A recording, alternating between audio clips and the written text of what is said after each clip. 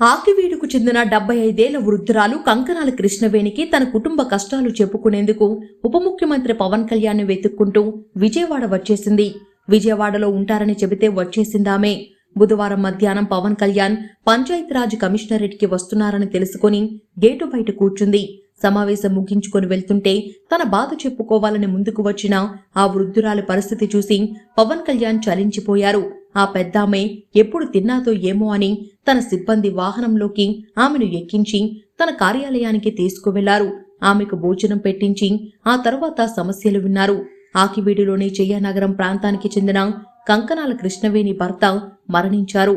ఒకగానొక కొడుకు ముత్తయ్య బొమ్మలు అమ్ముకుంటూ ఇంటిని నెట్టుకొస్తున్నాడు. ఓ రేకుల షెడ్లో నివాసం. ఆమెకు వచ్చే వృద్ధాప్య పింఛన్ను మందులకే సరిపోతుంది. ఇంటి స్థలమున్నా తనకు ఇల్లు కట్టుకునే స్తోమత లేదని, కొడుకు ఆర్థిక పరిస్థితి బాగలేదని ఇల్లు కట్టించాలని కోరడంతో పవన్ కళ్యాణ్ వెంటనే స్పందించారు. పశ్చిమ గోదావరి జిల్లా కలెక్టరేట్కు ఆ వృద్ధురాలి బాధలు తెలియచేయాలని తన కార్యాలయ సిబ్బందిని ఆదేశించారు. కృష్ణవేణిని జాగ్రత్తగా ఆకివీడు ఆమెకు పంపి కొడుకుకి అప్పగించాలని స్పష్టం చేశారు. ఉప ముఖ్యమంత్రి ఆదేశాలకు అనుగుణంగా పశ్చిమ గోదావరి జిల్లా కలెక్టరేట్తో పేషీ అధికారులు మాట్లాడారు, వివరాలు అందించారు.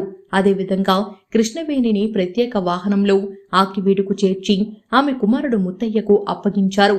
జిల్లా కలెక్టర్ సిహెచ్ నాగరాణి ఆదేశాలతో గృహ నిర్మాణ శాఖ అధికారులు కృష్ణవేణికి ఉప్పన్నపూడి లేఅవుట్లోని 1896 సర్వే నంబర్లో ఉన్న స్థలాన్ని గురువారం ఉదయం పరిశీలించారు. అక్కడ ఇంటి నిర్మాణం నిమిత్తం అవసరమైన నిధులు మంజూరు చేశారు. వెంటనే నిర్మాణ పనులు చేపట్టేందుకు అధికారులు తగిన ఏర్పాట్లు చేశారు. ఆంధ్రప్రదేశ్ వరద బాధితులను ఆదుకునేందుకు ముఖ్యమంత్రి సహాయ నిధికి విరాళాలు అందిస్తున్న సినీ, వ్యాపార, రాజకీయ రంగ ప్రముఖులకు పవన్ కళ్యాణ్ ధన్యవాదాలు తెలియజేశారు.